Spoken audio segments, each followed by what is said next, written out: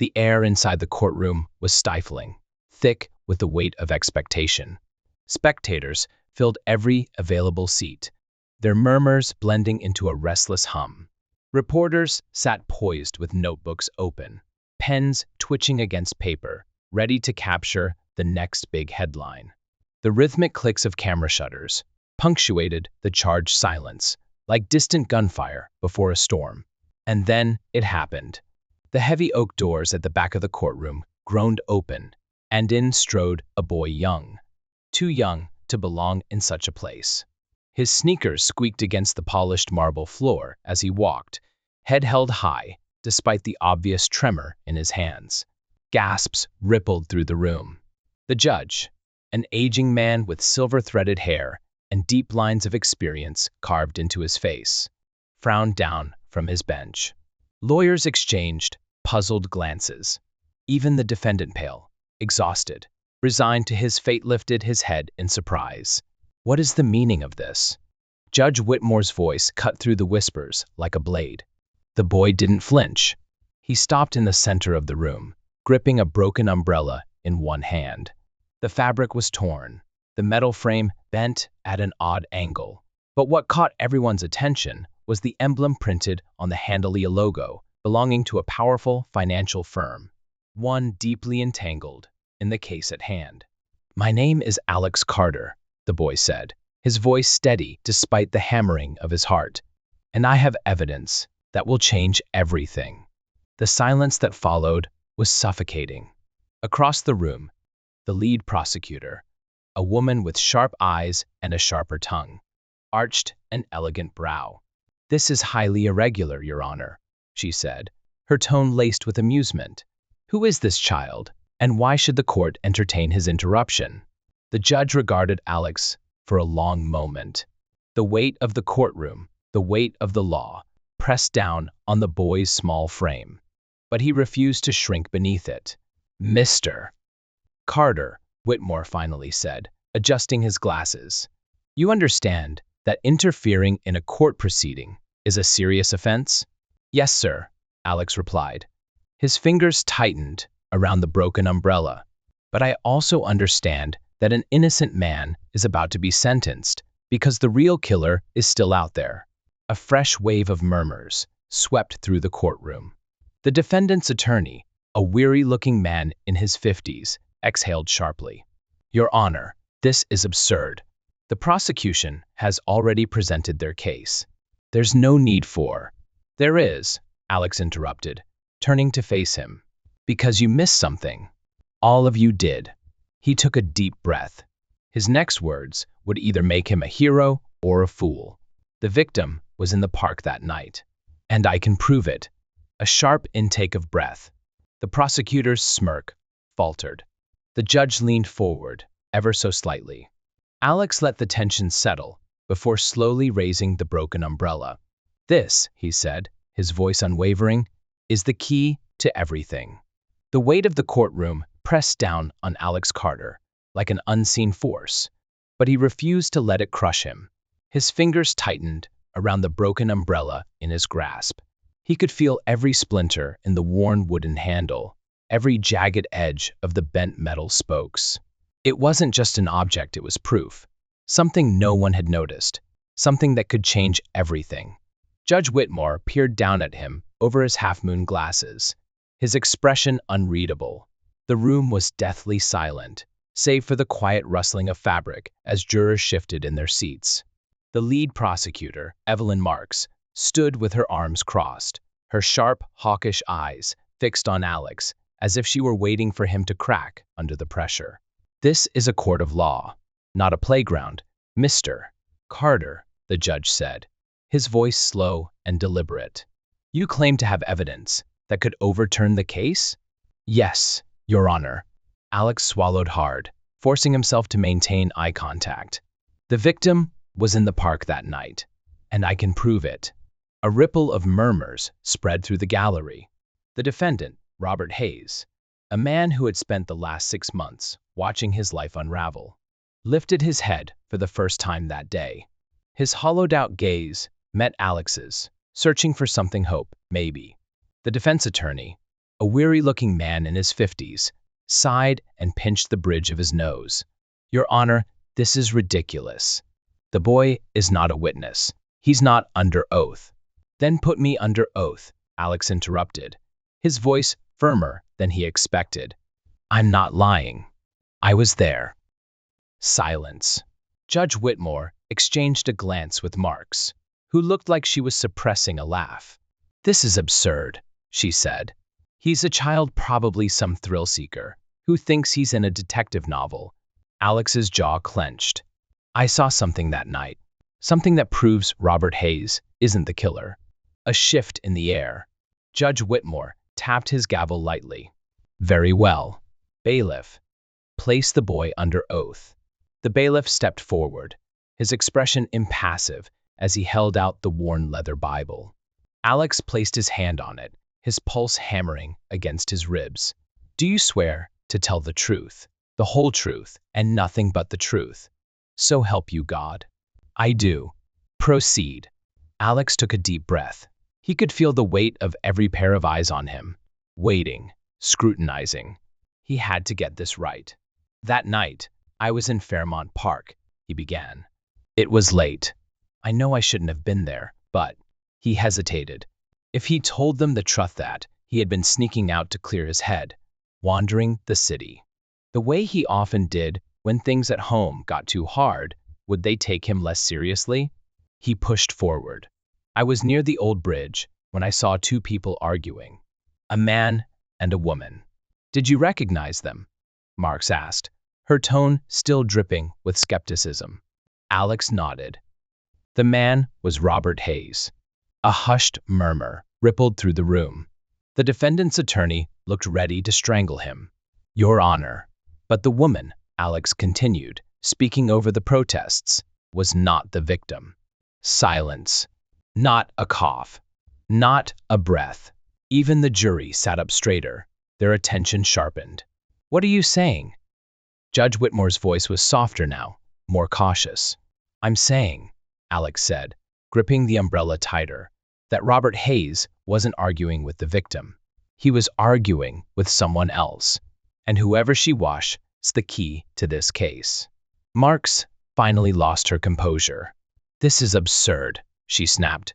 "You expect us to believe that after months of investigation, with forensics, security footage, and multiple witness statements, teenager Have somehow uncovered something that the entire legal system has overlooked?" "Yes." Alex met her gaze head-on. "Because none of you were there." The courtroom sat in stunned silence. And then, like the slow unfurling of a storm, the whispers began. A heavy silence settled over the courtroom, thick and suffocating. The only sound was the distant clicking of a reporter's camera, capturing the moment that had thrown the entire trial into chaos. Alex stood in the witness stand, gripping the wooden railing, as if it were the only thing anchoring him in place. He had just said something that no one in the room had expected, something that shouldn't have been possible. The victim wasn't the one arguing with Robert Hayes that night, he had said. There was another woman. Gasps had rippled through the spectators, followed by a sharp murmur of whispers.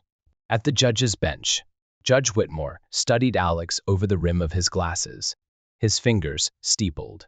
His expression was unreadable, but Alex could feel the weight of scrutiny in his gaze. "Mr. Carter," the judge said, his deep voice cutting through the tension like a blade, "you claim to have witnessed a confrontation between the defendant and another woman. A woman who has not been mentioned at any point in these proceedings. Why have you chosen this moment to come forward?" Alex swallowed, his throat dry. He knew this question was coming, and he had to be careful with his answer. "I didn't realize what I saw was important," he admitted, his voice steadier than he felt. "Not until I heard the trial on the news. They kept saying Hayes was the last person seen with the victim. But that's not true."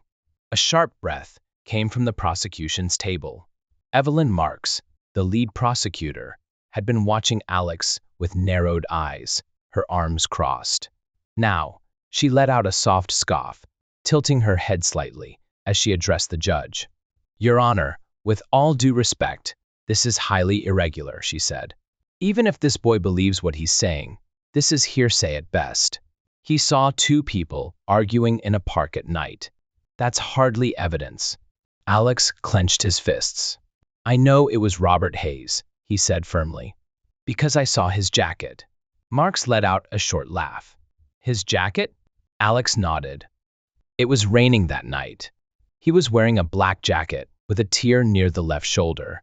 He hesitated, then added, and the woman he was arguing with, she had an orange scarf.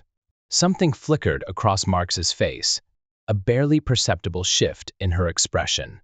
Alex caught it. He pressed forward. The victim's body was found miles away from the park. But the next morning, I saw that same orange scarf near the bridge. The courtroom stirred again.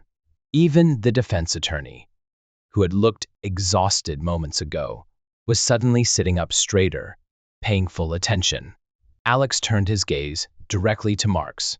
That scarf, was it ever collected as evidence? Marks's lips pressed into a thin line. There was an orange scarf found near Fairmount Park, she admitted, but it wasn't linked to the case. Alex felt a sharp pang of frustration. Because no one knew to link it, he countered. But if we find out who owned it, we might find the real killer. The judge glanced at Marks. Prosecutor Marks, was this scarf tested for DNA? A pause. A hesitation, just long enough to confirm Alex's suspicions. No, Marks admitted finally. It was considered irrelevant to the investigation. The room erupted in murmurs, gasps spreading like wildfire among the crowd. Reporters scribbled furiously, some already whispering into their phones.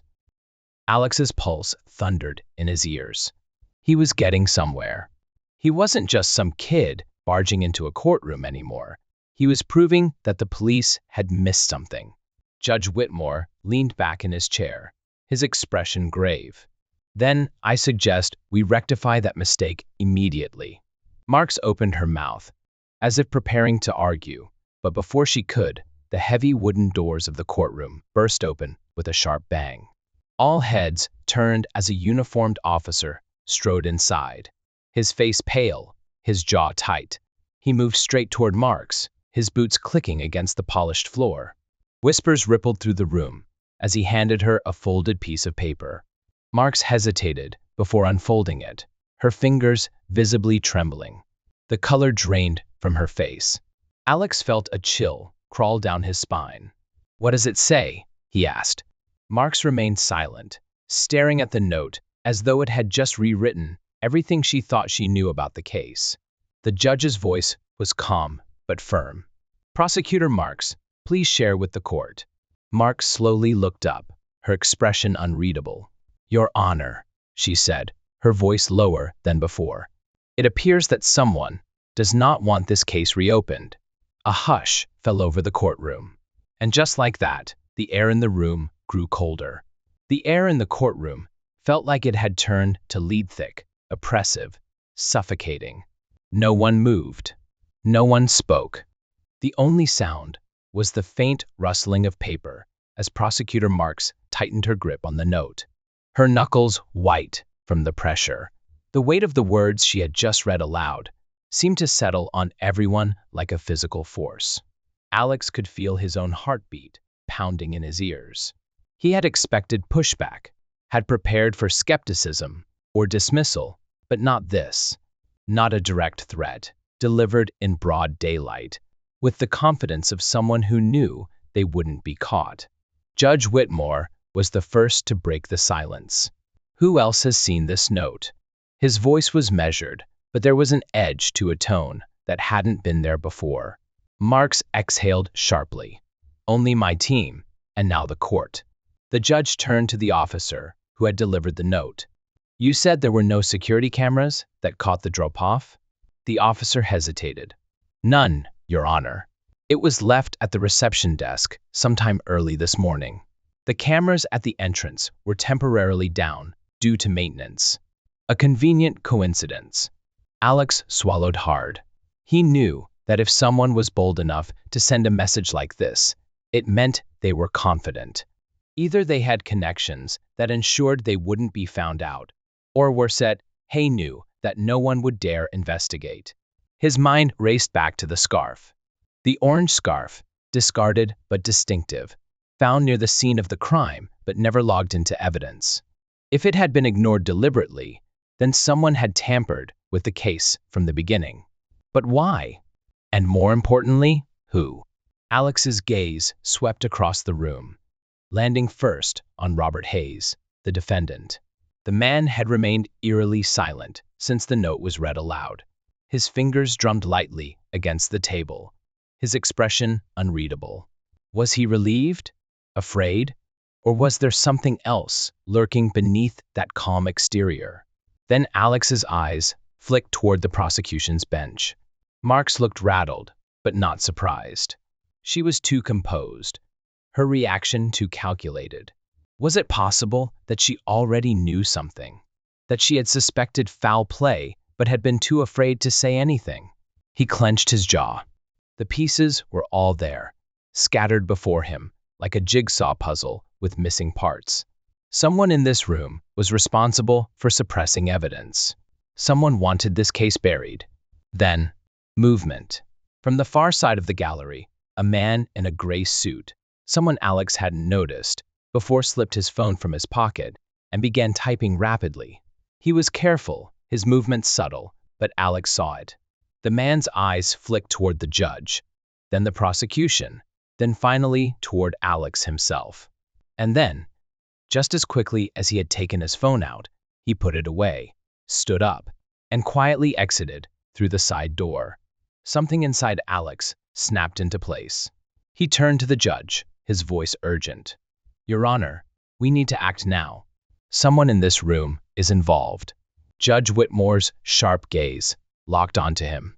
"What exactly are you saying, Mr. Carter?" Alex hesitated for only a second before answering.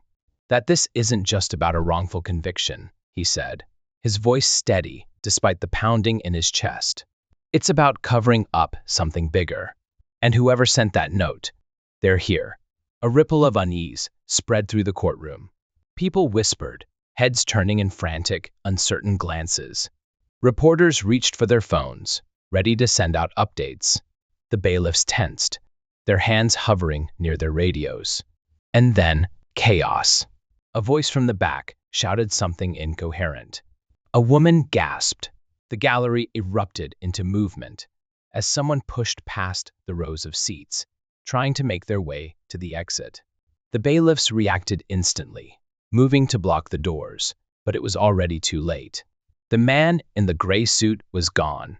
The courtroom was still in turmoil when Alex Carter shoved past the stunned spectators. His eyes locked on the exit, where the man in the gray suit had disappeared. His pulse pounded in his ears, but his mind was razor-sharp. He didn't think he just moved. "Stop him!" someone shouted behind him. Alex burst through the side door into a long, dimly lit corridor. The stale scent of paper and old carpeting filled his nose as his eyes darted frantically left and right. The hallway stretched in both directions, but there was no sign of the man. Damn it! A door slammed in the distance. The faint echo of hurried footsteps. Alex sprinted toward the sound. His shoes skidded slightly against the polished tile as he turned a sharp corner, nearly colliding with a startled clerk clutching a stack of files. He barely managed to throw out a breathless, "Sorry," before pushing forward, his focus unwavering. At the far end of the hallway, a flicker of movement gray fabric, disappearing behind a heavy door labeled staff only. Alex didn't hesitate. He crashed through the door and into a narrow stairwell, catching a glimpse of the man as he bolted down the steps, taking them two at a time. "Hey!" Alex shouted. "Stop!" No response. The man was fast. Too fast for someone who was just a casual observer in the courtroom. He knew the layout of this building.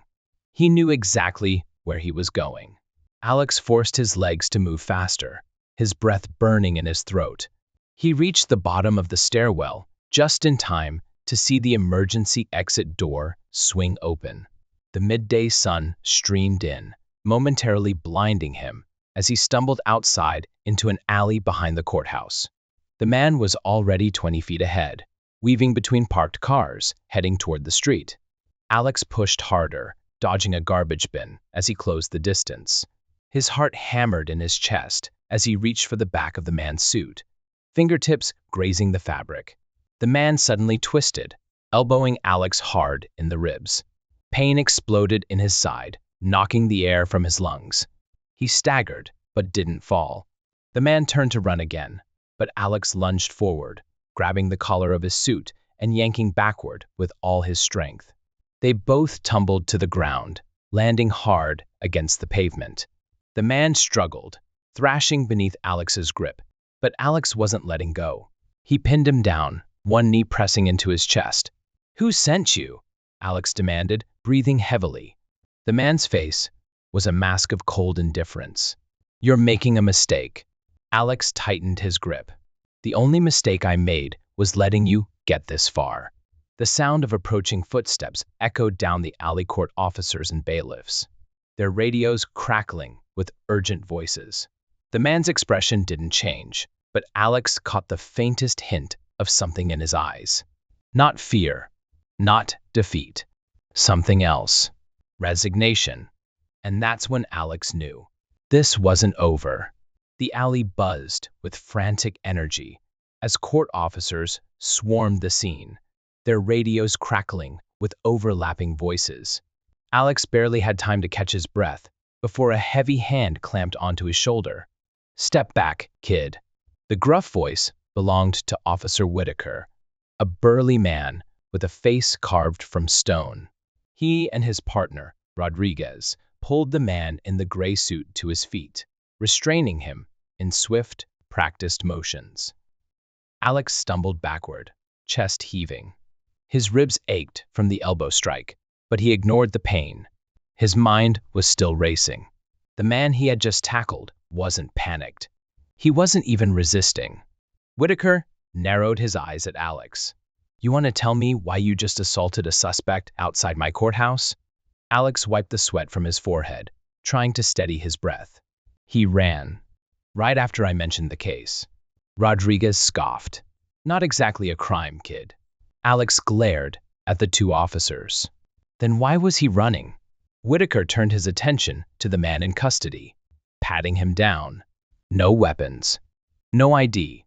Nothing except a slim phone in his coat pocket, which Whitaker confiscated immediately. "I'm gonna need a name," Whitaker said, tightening the cuffs. The man in gray smirked, his lips curling into something eerily close to amusement. "I don't think that's necessary." Whitaker grunted. "Oh, I think it is."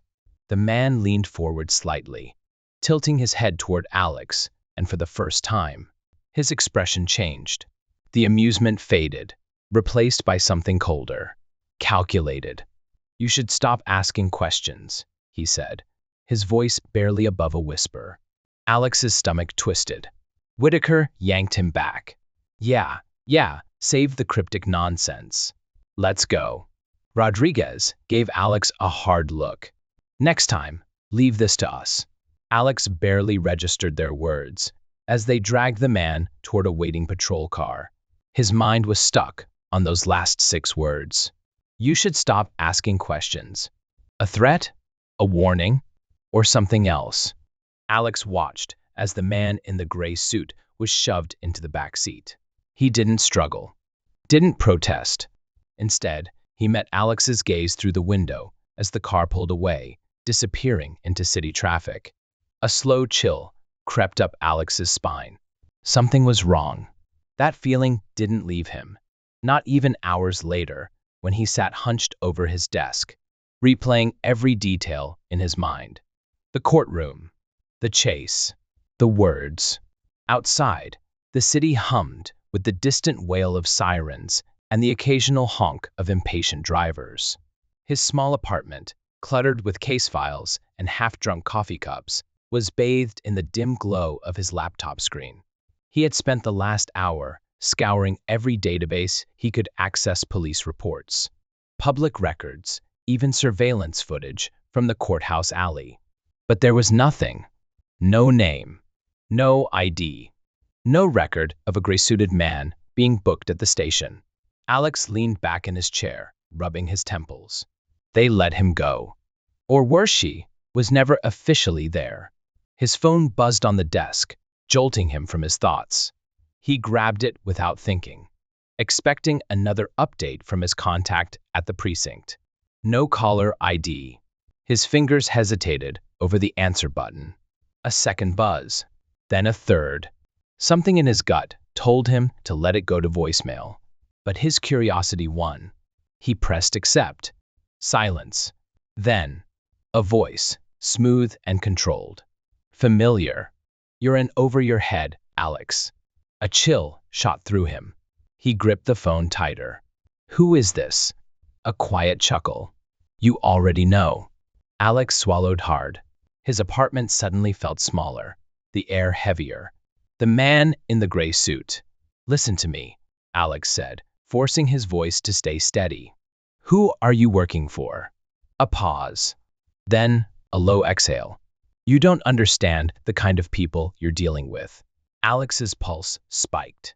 He sat forward, his free hand gripping the edge of the desk. Then explain it to me. No. The voice was colder now. This is your only warning. A faint click.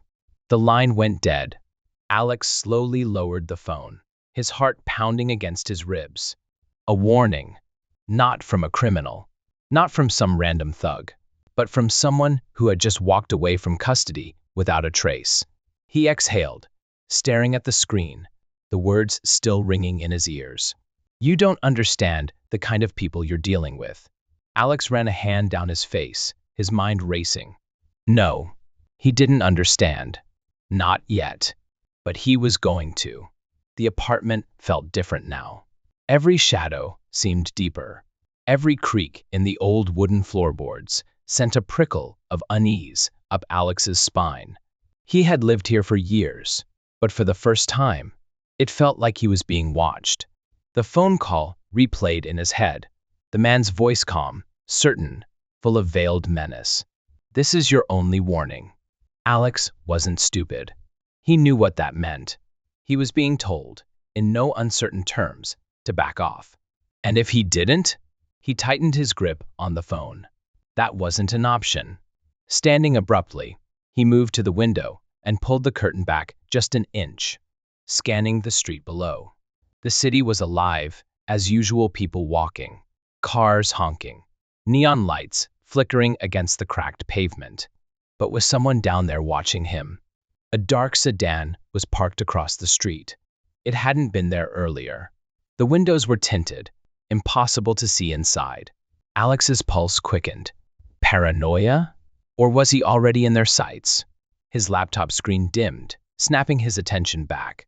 He quickly typed in another search, digging deeper into courthouse surveillance footage, looking for any trace of the man in gray. If the police had erased his record, maybe.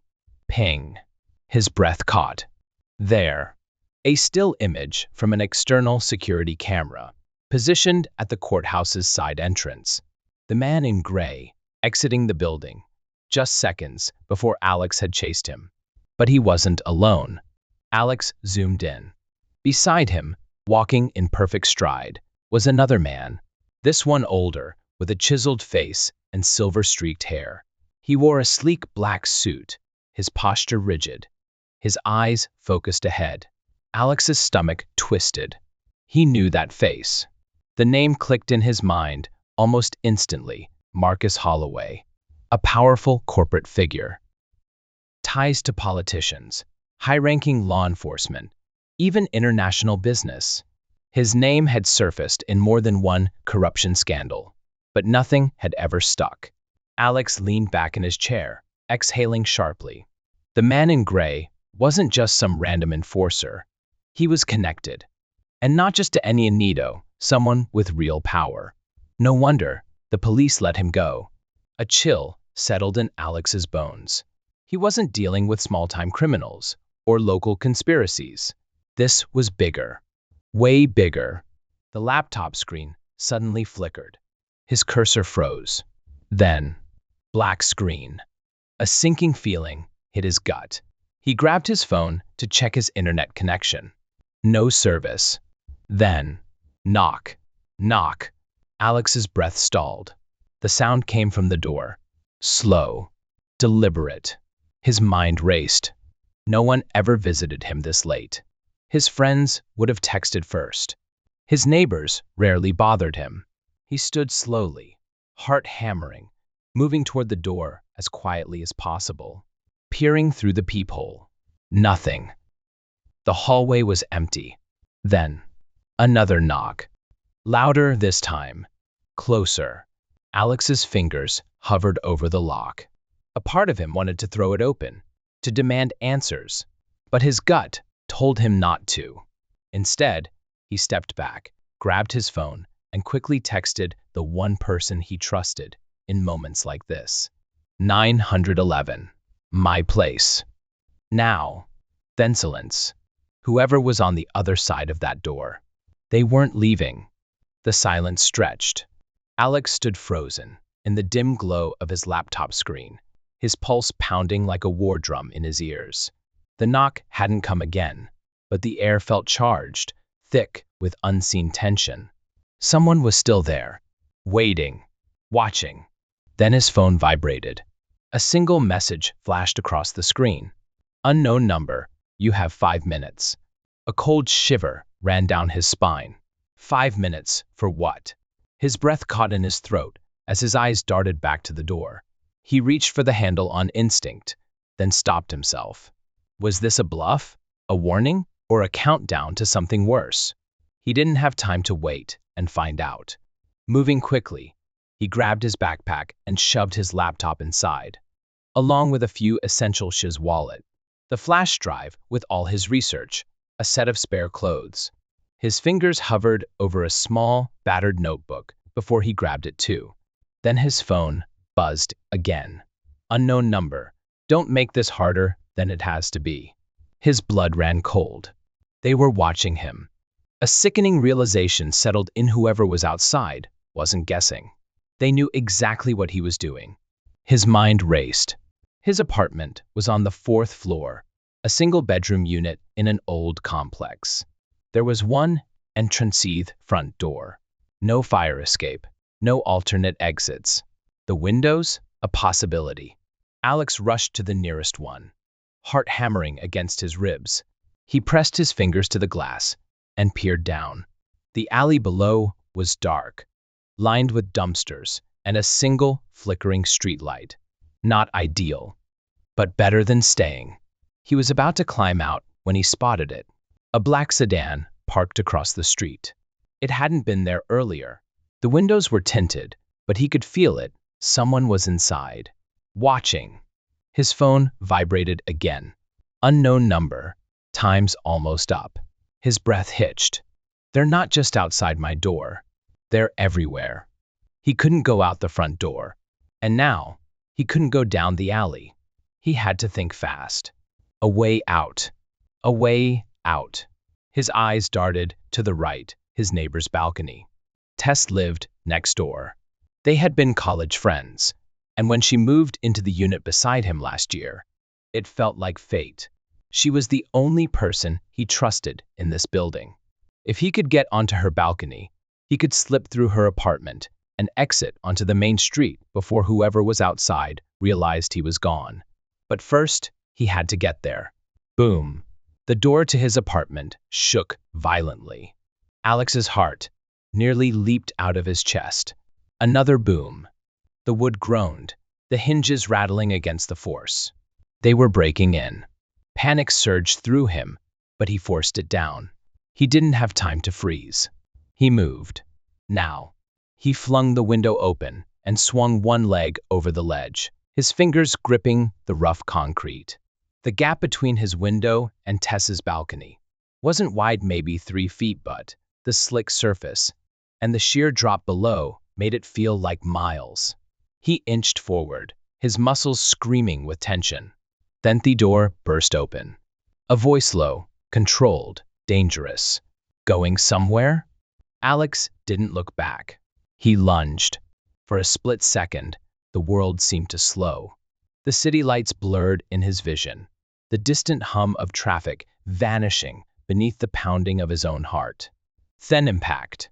His fingers caught the cold metal of the balcony railing. His chest hit the edge hard, the wind knocked out of him. He scrambled, gripping the bars tightly as he hauled himself over. Just as his feet hit the wooden floorboards, Tess's sliding door flew open. She stood there, eyes wide with shock. "Alex, what the hell?" "No time," he gasped, shoving the door shut behind him. "Someone's after me." Her face paled. "Wait, what?" Then boom. The sound of his apartment door being kicked in. Heavy footsteps. Voices low, urgent, searching. Tess's gaze darted between Alex and the door. She didn't ask questions. She grabbed her keys. Her face set. Front exit. Now. Alex didn't hesitate. They had seconds. And he had no idea if that would be enough. Alex's pulse pounded in his ears as Tess yanked him by the wrist, leading him toward the front door of her apartment. "We need to go," she whispered, her voice low but urgent. Outside, the footsteps were getting closer. Heavy boots, moving with purpose. They weren't searching. They knew exactly where they were going. Alex's mind raced. Who were they? What did they want? The moment his research had pointed towards something bigger than just an isolated crime. He should have known this would happen. He had been careful, but not careful enough. Tess reached for the door handle, but froze. A shadow moved in the hallway. Alex sucked in a breath. They were already outside. His stomach twisted. The front door was no longer an option. Tess looked at him, her grip on the doorknob tightening. "Back way," she murmured. She turned and bolted toward the kitchen, where a small service hallway led to the fire escape. Alex followed close behind, his legs moving on autopilot. Boom! The first knock against Tess's door rattled the hinges. They had seconds. Tess grabbed a drawer, yanking it open so hard that the silverware inside clattered. She pulled out a butcher's knife, her hands shaking, but her face set with determination. Alex swallowed hard. He had never seen her like this before. "Just in case," she muttered, stuffing it into her jacket pocket before throwing open the door to the service hallway. They sprinted down the narrow corridor, their footsteps echoing off the walls. At the end was a rusty fire exit, a flickering red exit sign, casting eerie shadows around them. Alex reached the door first, slamming his palm against the push bar, but it didn't budge. Locked. His heart dropped. Shit. Tess reached into her pocket, fumbling for her keyring. She had worked at this complex as a part-time maintenance assistant before quitting a few months ago. She still had some old keys. Behind them, the sound of breaking wood. They were inside. Come on, Tess muttered, her fingers shaking as she tried one key after another. Alex turned, scanning the dim hallway. There was nowhere else to run. Thina voice. Low. Cold. "You really thought you could get away that easily?" Alex turned his head slowly. A man stood at the other end of the hallway, dressed in black, wearing gloves. His build was stocky, solid muscle beneath the fabric. His face was partially obscured by shadows, but his eyes, piercing and unforgiving, were locked onto Alex, like a predator sizing up its prey. Alex's blood ran cold. This wasn't a random break-in. This wasn't a warning. This was a hunt. Tess cursed under her breath. Alex. He didn't let her finish. He moved. With pure instinct, he lunged for the closest object, a rusted metal pipe lying beside the door. He grabbed it just as the man charged forward. The hallway was too narrow to dodge. There was no space to run. So Alex did the only thing he could. He swung. The pipe connected with the man's arm, sending a shockwave up Alex's arm. The guy grunted, stumbling back, but not far enough. Thina flash of silver. A knife. Alex barely had time to react. He jerked backward, just as the blade sliced through his sleeve, grazing his skin. A sharp, burning pain seared through his forearm, but he didn't have time to acknowledge it. Tess screamed. The door clicked open. Without thinking, Alex grabbed Tess's arm and shoved her through the exit. Then he kicked the door shut behind them. They were outside, 4 stories up. Alex's breath came fast and shallow as he turned to the fire escape, a rickety, rust-covered structure that looked like it hadn't been used in decades. "We need to move," he gasped. Tess was already climbing down. Alex swung himself over the railing, his hands burning as he gripped the cold metal. His body ached, his arm stung from the cut, but adrenaline kept him moving. Below them voices. Alex risked a glance down. The black sedan was still there. The passenger door was open. A second man was stepping out, dressed just like the first black gloves, black boots, but this one had something worse. A gun. Alex's breath hitched.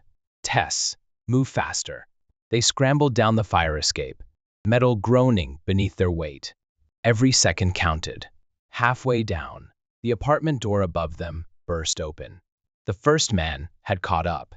Tess hit the ground first. She didn't stop. She ran toward the street, toward the only path that wasn't blocked. Alex jumped down the last few steps, his knees buckling as he hit the pavement. The second man raised the gun. Tess yanked Alex by the arm. A loud crack. A gunshot.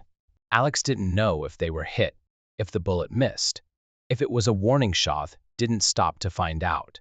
They ran. Down the alley, past dumpsters, through the smell of rotting garbage and gasoline. The city was still asleep. No one saw. No one heard. But Alex knew one thing. This wasn't over. Alex's legs burned, his breath coming in ragged gasps, as he and Tess tore through the narrow alleyway. Every step felt heavier, like the weight of the last few minutes was finally catching up to him.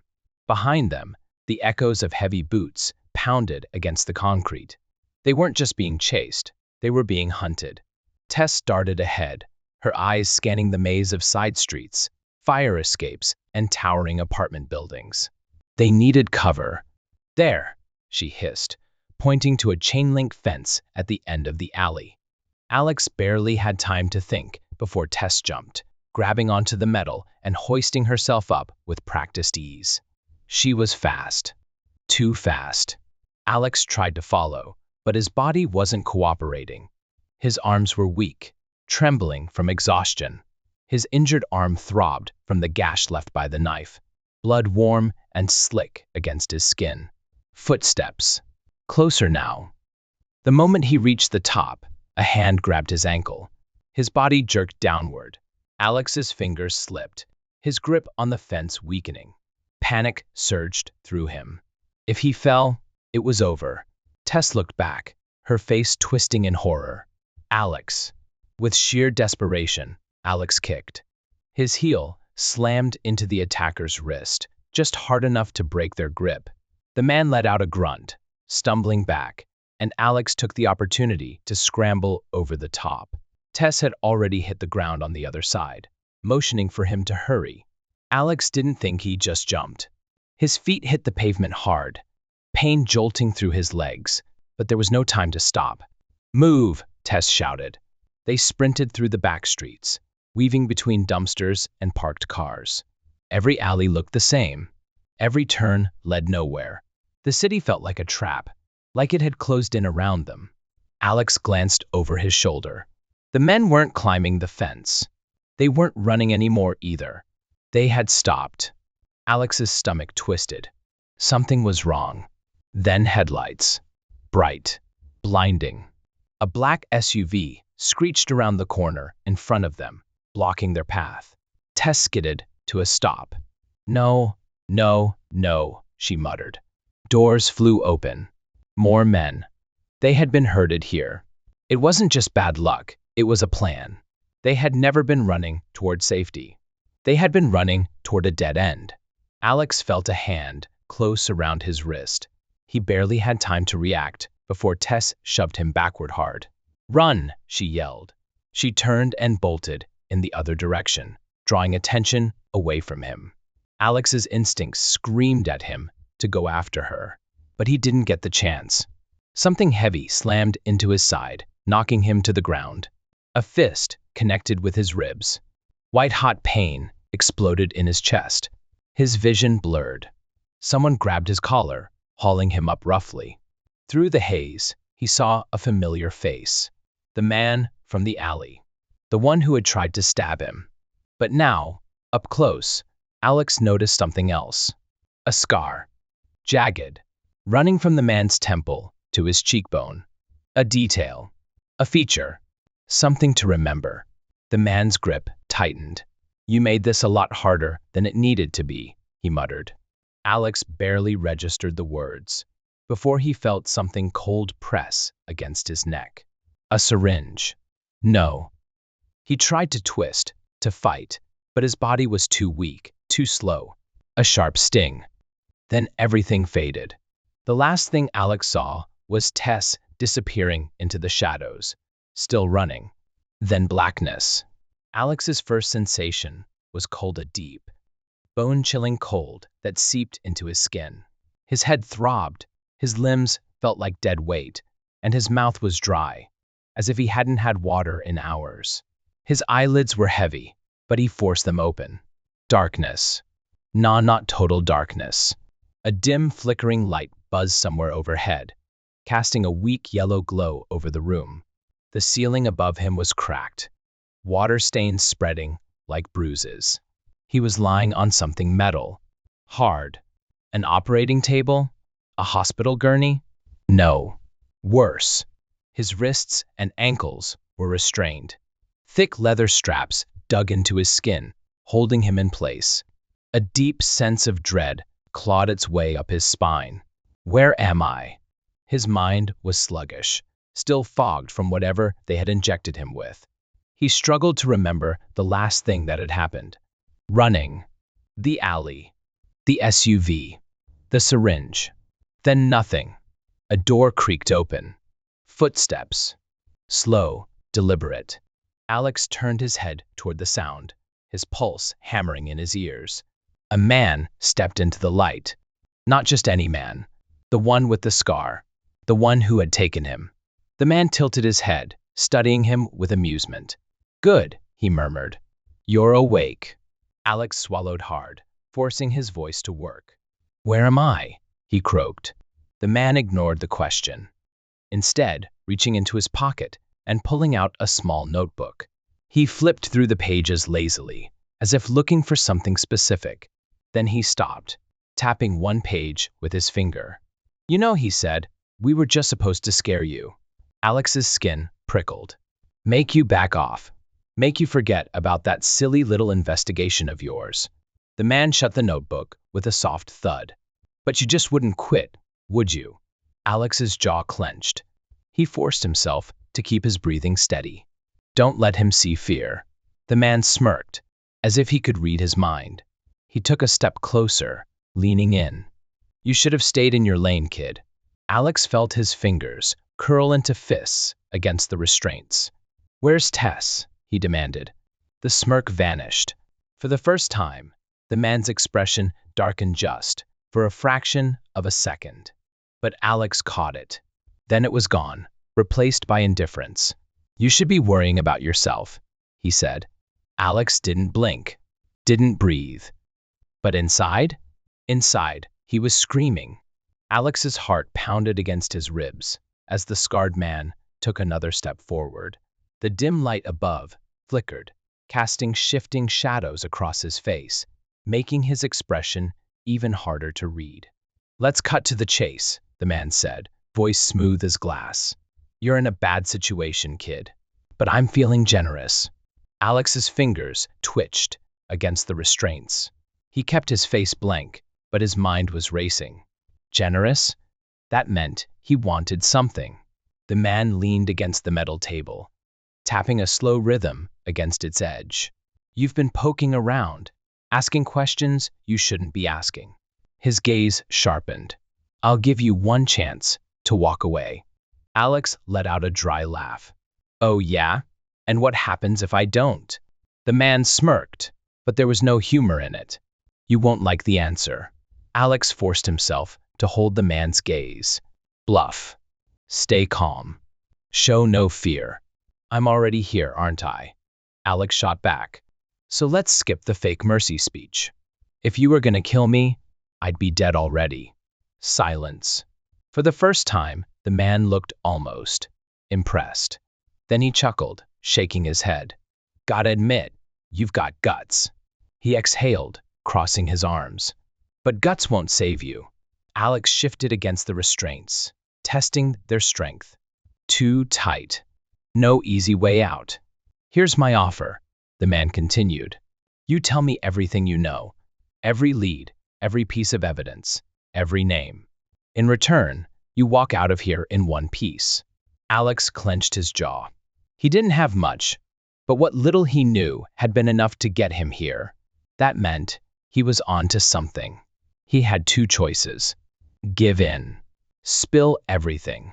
Get out alive, but at the cost of any chance of exposing the truth. Stall. Buy time. Find a way out. He knew which one he was choosing. Alex sighed dramatically. Wow, that's a real tempting offer.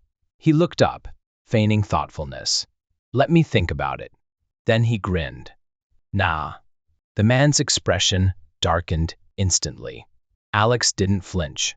Wrong answer, the man said, voice dropping to a low, dangerous tone. He turned, walked to a table against the wall, and picked up something. Alex's stomach twisted as he saw the syringe. A clear liquid glistened inside.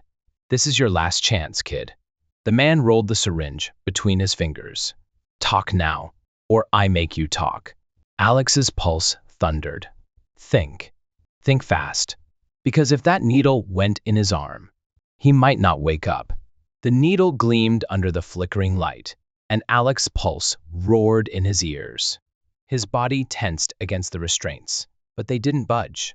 The scarred man tapped the syringe against his palm, watching him like a predator waiting for its prey to break. Last chance, kid, the man said.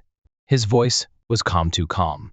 Give me the names, the evidence, or we do this the hard way. Alex swallowed, forcing himself to think.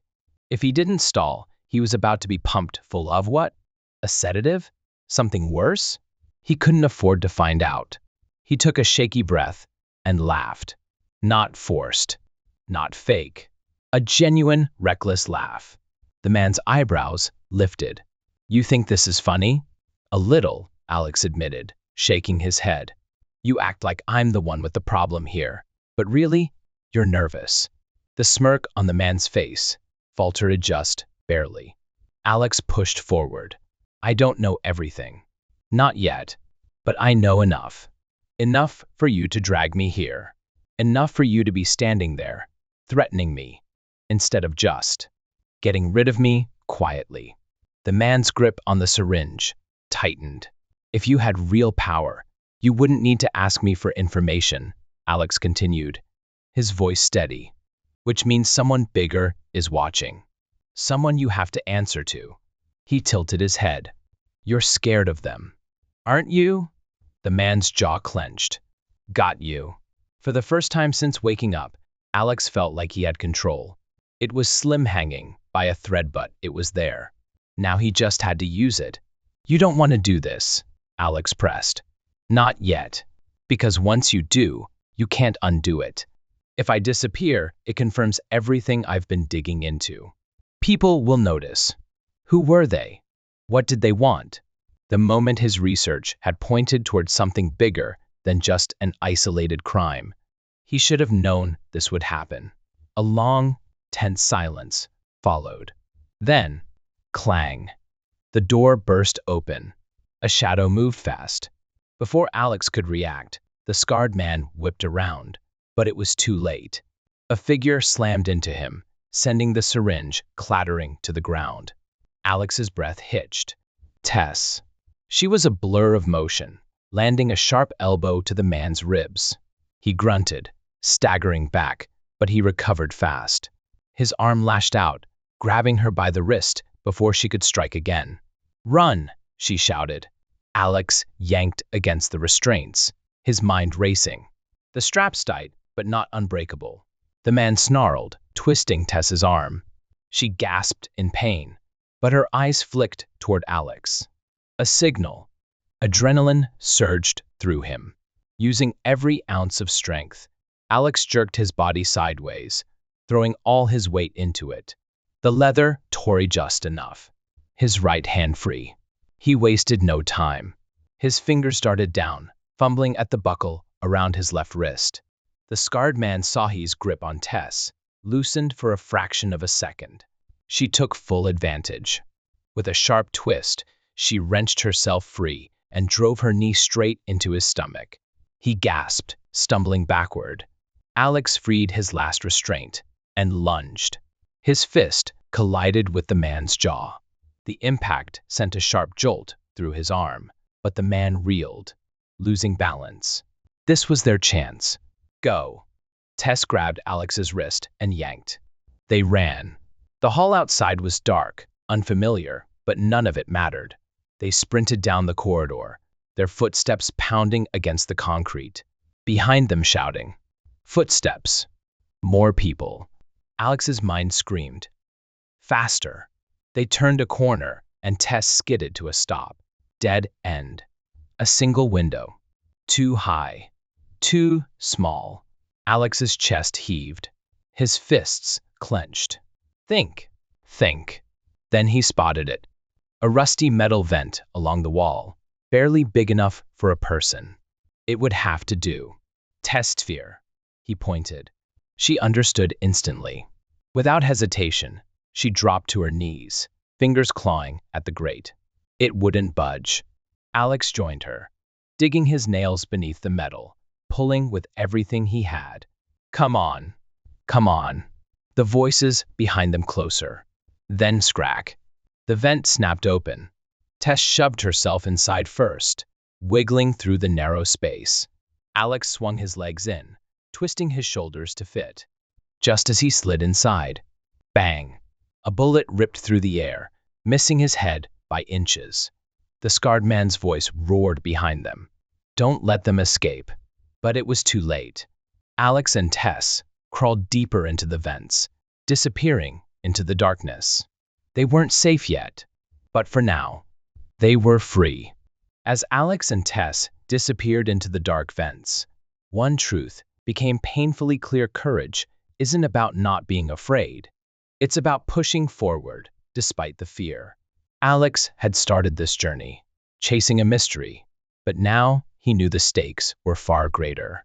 This wasn't just about exposing a crime, it was about survival, about fighting for what's right, even when the odds are stacked against you. But their story wasn't over. Not yet. What was waiting for them on the other side of those vents? Would they find the final piece of evidence before their enemies caught up? Or had they just escaped one trap only to run into another? What do you think happens next? Drop your theories in the comments below. If you loved this story, make sure to hit that like button. It really helps the channel. Subscribe and turn on notifications so you don't miss the next chapter. And don't forget to share this video with a friend who loves a good thriller. The truth is out there, but will Alex and Tess live long enough to reveal it? Stay tuned. The story is just beginning.